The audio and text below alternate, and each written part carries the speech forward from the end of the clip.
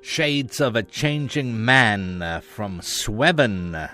From the album Red Giant to White Dwarf. You know, you can spend days sometimes, even weeks and months searching on the internet to find music that speaks to you, you know, music that's worthwhile.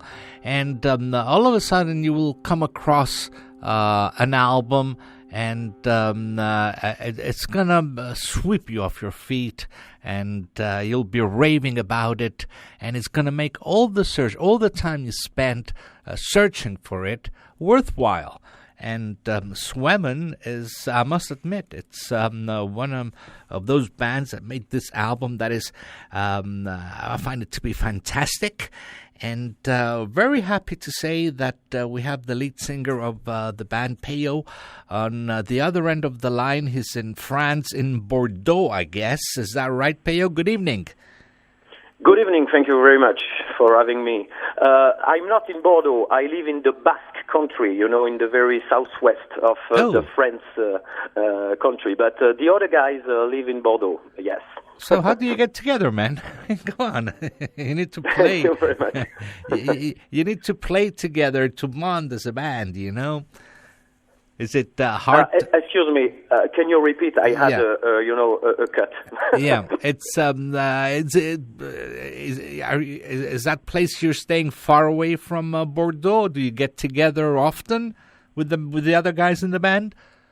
We have something like 2 hour and a half in a car to join together, but we rehearse something like once in 2 months, something like that. But we rehearse during 2 or 3 days, something like that. Very intense sessions, you know. Mm-hmm. So we manage to work like that, and it works. Mm-hmm. Well, now this wonderful album that you made, Red Giant to White Dwarf. There's so many influences in your music. I mean, one can hear a bit of gothic, a bit of stoner, a bit of psychedelic, but it's sounding very contemporary, like a post-rock album. How would you describe your music? I guess that your description is quite accurate. All the stuff that you have been talking about, I think it's there in our music. We're fond of stoner music, we're fond of prog rock, we're fond of psychedelic music, but maybe the greatest compliment that you can make to us is that it sounds contemporary or modern, because that's the way we want it to sound. We don't want to sound too much, you know, retro, vintage, but a little bit forced to sound like in the 70s or something like that. We want to sound like a band of the late 2010s, you know. So if you find our music modern and contemporary, it's really great, because that's our goal. But we listen to a lot of different stuff, you know, and some of that stuff come from the 60s or the 70s, like krautrock, bands like Ken or I don't know, New or Lucifer's Amon Friend Duel, and Amon Duel, yes. Yes, kind of stuff, that kind of band. We're really interested in that kind of dynamics, and I guess that's quite a big influence on the album. You know, for instance, the standard album of krautrock is often made of a blend of short songs and then a very long song, you know. And true. That's the case on Red Giant to White Dwarf. It wasn't our intention, but it happened to be like that. And we were like, oh, yeah, it's like a krautrock album. We've got 4 songs, not short, quite long too, but 4 songs, quite normal, shall we say, and then that very, very long song, which is about half an hour long, you know. And that's a little bit Lift High the Veil of Maya. Yeah, absolutely. Wow. Well, that's what I'm playing. That's what I'm playing after when I let you go, man. I want to play that. Thank you. Because there's not a lot of radio stations that will play radio shows rather that will play a 27-minute song, but we do. I guess you're the only one, in fact. Excuse me. So, how did you guys get together? I understand the other guys were in were in another band, and then when it fell apart, you joined. Absolutely, that's it. The four other members of the band played in a really cool band called Sun Preachers. I was a big fan of that band, Sun Preachers. They made 2 albums called Faces of Ashes and Walking Towards the Tower. I was a big fan of them. They were amazing live. And for different reasons, long story short, the singer, which I was a big fan of, left the band. And the other guys, I guess, to show some respect for the work they were doing with him, decided to form another band, a new band with a new repertoire. Quite a different sound, even if there's some. What were the Sun Preachers playing? What sort of music were they playing? It was a little bit more bluesy and maybe a little bit more, post-rocky for the structure, some crescendos and big explosion at the end, So Sweven sounds a little bit like that, but it's different. It's not the same band. Yeah. You know what I'm amazed about you guys. This song I've just played. I played it twice today because I'm doing 2 shows here: a Greek-speaking show and an English-speaking show. So Shades of the Changing Man is the second time it's played today. So very good. So a song like that, and it's. It sounds so methodical, and it carries you, and it takes you, and it takes you. And, and I've just thought, hey, man, there's not even a guitar solo in that song, is there? No, there's no guitar solo in that song. And you know what? The guitar player, which name is Joel, is the main composer and the main creative force behind the band. But what I admire, among many other things in him, is he's very humble, and he's not like, I'm the guitar player, I compose the song, so we are going to hear a lot of guitar, we are going to hear some solos. That's absolutely not his concern, He wants to be, in a way, at the service of the song, So he's very, very discreet on these songs. On this particular song, Shades of the Changing Man, because we felt that the song was, keyboard driven, so to put the keyboard in the front line, it gives it a nice atmosphere. Yeah. That's our goal, to play on dynamics and to play on atmosphere. Many musicians in the band, like the drummer, the bass player, and the guitar player are very talented. But it's not, a contest of who is playing better. Sure.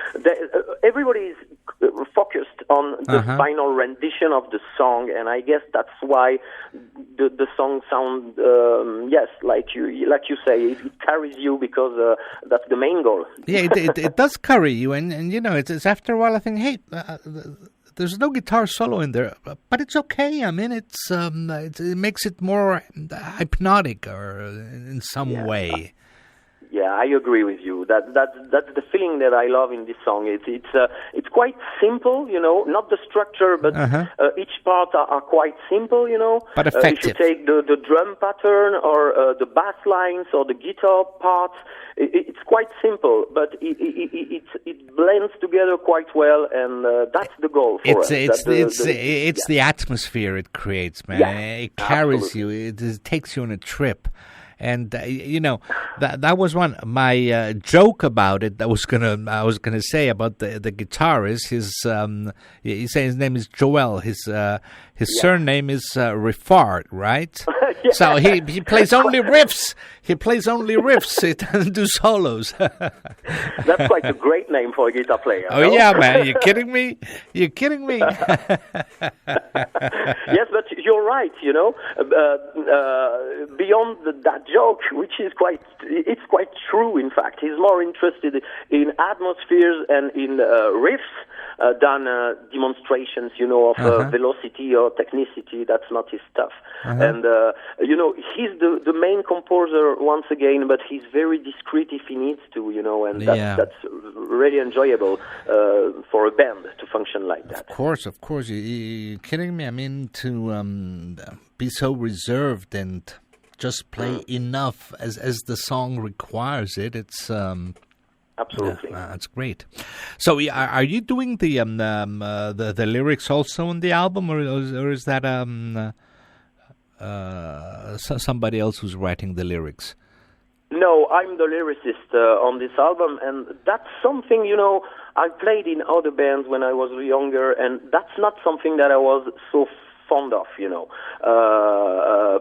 writing lyrics. But for this band, I took it really seriously, the writing of the lyrics, and for the first time of my life, I guess, as a musician. And it's really great. I enjoyed it. I spent a lot of time working on the lyrics. It's very referential. Many songs. On the 5 songs of the album, 3 songs are really directly connected to some previous material, comic books, in fact, of the 70s. That's the kind of feeling that I was intending to capture, And Lift High, the Veil of Maya is a nod to some old cosmic comics, trippy comics of the beginning of the 70s, stuff like, artists like Jim Starlin, Steve Englehart, Steve Gerber, which are American comic book artists that I like very much. And that's something that I don't find that much in the rock or metal sphere, that kind of references. You have some references to movies, to literature, but not that much to comic books, and that was something that I was intending to do. And the 2 songs remaining on the album, which are Funeral Pyre by Night and Carry On Crows Skydiving, it's more like short stories, short horror stories, but all the lyrics are a little bit trippy, a little bit psychedelic. That's they are the reflection of the music, I guess. Yeah, that's a point in it. Yes. Now, how do you guys get the chance? First of all, I have to say that trying to get information on you guys is, I mean, you don't work a lot with your social media stuff, so. You're not the first one to say it. We're quite lame with that. That's not our strong point. Strong point. No, we've got many works to do on that. We're a little bit late. That said, we're quite a young band, Yeah, I understand that. The band's inception happened during the summer of 2016. So it was 3 years ago. That's not that much long of a lifespan, for a band. So we're quite young, but we are quite lame with the social media. I give you that point. Yeah, man. But now you have a great album now. It deserves to be heard, your album. I mean, you make a great album. You don't keep it to yourself. You have to share it with people. There's people who are hungry for such good music out there. So you have to work on it a little bit more to spread the word on Sweven. I agree with you. We are proud of the album, and we've got to expose it a little bit more. And in fact, we're working on new material who will come quite soon, and we're very proud of what we're doing now. I guess it's quite an improvement. So we have to do it better. I agree with you. Okay, boy, yeah, an improvement. An improvement on this album? Now I'm gonna. Yes. All right. According to us. Yeah. Okay. Is there any P from what I've seen from your Facebook? Is it an EP? The new material is gonna be? Yes, it's going to be an EP, which is called Mercurials, and there's 4 songs on it, but quite long songs, like we usually do. So the EP is going to be something like 34 minutes long. It's quite a long EP. Yeah. It's longer than Hell Awaits from Slayer, you know. I mean, absolutely. So I don't think it's Raining Blood by Slayer is 29 minutes long, something like that. So I guess we top them. So I don't think it's an EP, you know. Yes, it's a kind of EP. So I've seen also on your site that well, first of all, you've we have to say that this CD, the Red Giant White Dwarf, is limited to 300 copies, and yes. They're still available on your Bandcamp site, right? Yes. We still have some CDs, a few dozens, I guess, something like that. But if people are interested to have that CD, yes, we still have it. Cool. And if we fall short of any stock, I guess we will redo some of them. That's what I was getting at, because you make them yourselves. Yeah, it's absolutely 100% do-it-yourself method. Our keyboard player, which name is Nicolas, is a keyboard player, a musician, but he's also, he's running a screen printing workshop. There you go. And I was wondering, I saw this guy who was doing it so well. The screen printing on the cover of the thing, and because I have some experience myself too from the past, so I said, oh wow. The only thing, you don't do this out in the yard. It has to be a closed space, you know. But I guess. Yes, it's a really great thing for us that we're able to do everything by ourselves. You know, this guy Nicolas, the keyboard player, designs the artwork and realizes it himself, you know, so we are completely free to do whatever the hell we want to do. And for the next release for that EP called Mercurials, we're doing something very original and I guess really beautiful. And you'll see when it will be released this winter normally. And it's great to have this guy in the band because he's a wonderful musician, but he's a wonderful screen printer too. Oh yeah. So I guess if the guitarist is writing the songs and the keyboard player is doing all the screen printing, I guess the drummer and the bass player should work on more on the social media side. I'll tell them that because they are lazy if they don't do that. Yes, I'll tell them that.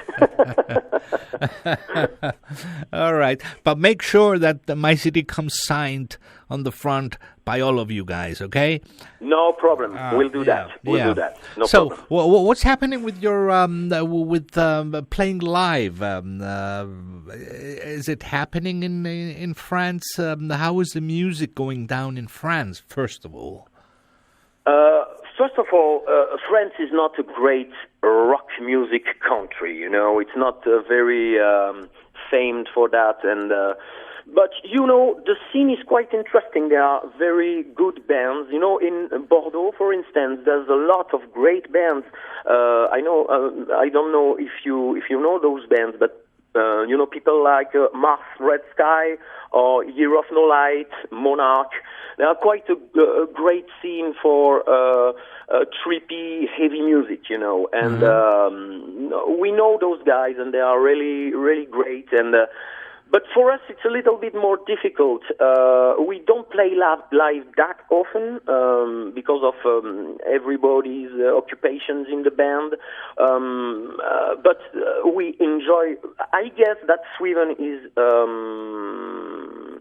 mainly a live experience. That's why we record our albums live. Everybody in the same place and playing the same songs time. At the same time, yes. That's how we recorded the first album. We don't even use a click, to record. Get out of there! You don't even use a click track. No, and our drummer Boris, which is a very good drummer, is a human click. He's a clock. He's a clock. Yeah, he's a clock. He's a ticking clock. Yeah. And he's really, really impressive for that. He's really straight, And what's his name? What's his name again? Seiko? Boris. His name Boris Sonon. And I thought it was Seiko, man. Excuse me? I thought it was Seiko, his name. Seiko? Psycho? No. No. Seiko. You remember those clocks, the watches, the old ones, the Seiko watches is a brand. Yeah, Seiko. Yes. The Asian watches. Yes. Yeah. It could be his name. Yeah. And that's really interesting to record an album like that, but because it feels risky, when you're in the studio, you can screw the take, but you have to be really focused. It's really interesting to make an album like that, because if you're quite good, you can make an album really, really quickly by this method. And cheaply, more cheap. And cheaply, we spent. You have to be very rehearsed to do that. And yes, you have to be prepared. But if you're prepared, you can make this album, which is 1 hour long. We made it in 4 days. 4 days of studio, and it's done. Wow. Yeah. Mm. But how do you do a song like the Lift High the Veil of May? It's 27 minutes long. Is that one take, or is it?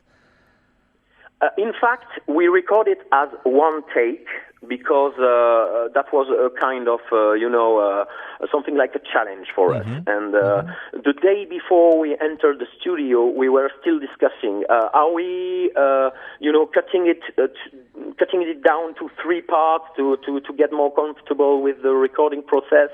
And then we were like, screw that. We make it in a row.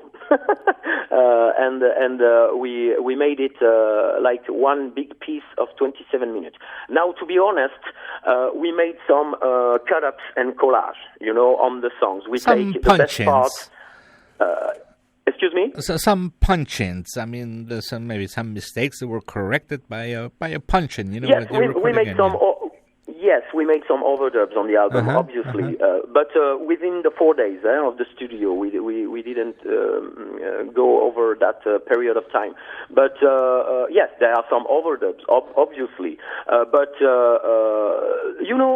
I guess that the album feels like live. I guess. I hope so. It does. It does feel like a live thing, but also it's very atmospheric. I mean, it's a trip. The album from beginning to end, you put it on and it just takes you away.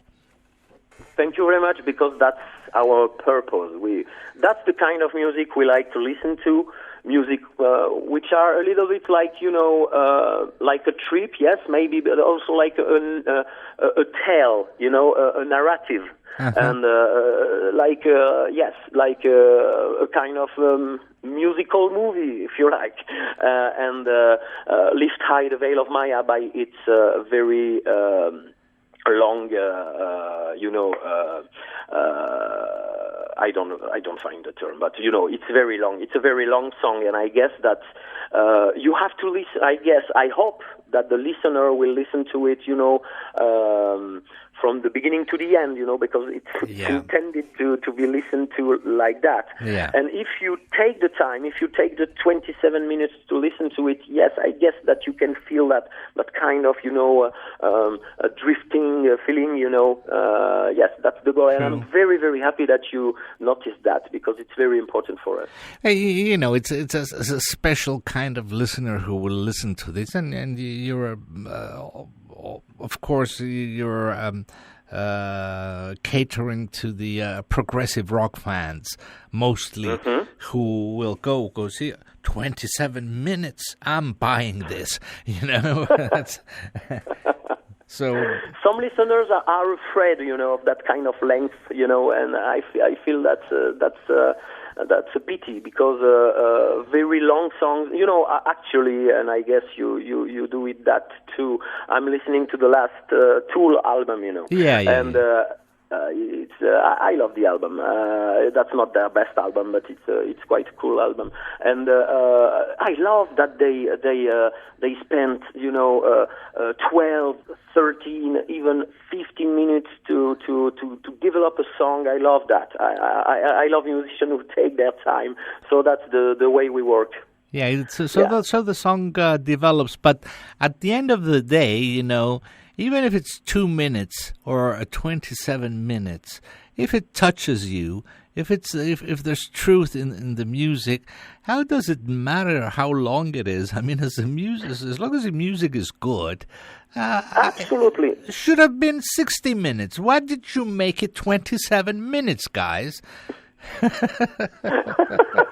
I guess, we never talk about the length of the song before it's finished. That's not a concern for us. It's like, okay, we work on that song, okay, it's finished. 27 minutes, okay, but that's not, the first step of the creation process is not, what if we do a song about 20 minutes, we don't care about the length, and that's kind of freedom, I guess, but you're totally right. If some of our new songs are 5 minutes, 6 minutes long, quite shorter, than the material that is on Red Giant to White Dwarf. So, yes, we have songs of 5 minutes, others of 14 minutes, 27 minutes. It doesn't matter. But you're right. It depends on the purpose that you have when you start working on a song, And we were aware, I guess, that Lift High the Veil of Maya was a kind of trippy journey, and the length comes from that, I guess. Yeah. But, the song takes you wherever it wants, and when you feel it's moving along and it develops and completes, that's where you do it. But all in all, I want to thank you very, very much for taking the time to talk on the show. You're welcome. I want you to give my respect to all of the guys in the band. One of the best albums I've heard this year so far. Definitely my top 10 albums of the year. Wow, I'm very excited when I discover great new music, man. I really am. Thank you very much, man. I very appreciate it, because we don't have that much of that kind of interviews, and it's really great for us to have some listeners which are used to discover new music and to listen to a lot of music and a lot of bands, and to have that kind of compliment from a guy like you, it's like a great reward. So thank you very much, guy. You're very welcome. You're very welcome. And like I said before, you have to work on your social media stuff, so more people can get to know you, That's the next step for us, yes. Work on that. Okay. Well, thank you very much. And I'm pretty sure that we'll be in touch when the next album comes out. And no problem. Of course, we'll do it again. We love great bands, great new bands. with exciting new music. Peyo, thank you very, very much. And good night to you. And the best of luck, man. Yeah, thank you for having me, and see you on the next release, with great pleasure. Thank you, man. We'll do so. That was Peyo, lead singer from Sweven. Their new album is, the debut album is Red Giant, White Dwarf. It's amazing. Check it out on their site on Bandcamp. They still have a few copies available. And here is a fantastic piece from the album. It's called Lift High, the Veil of Maya.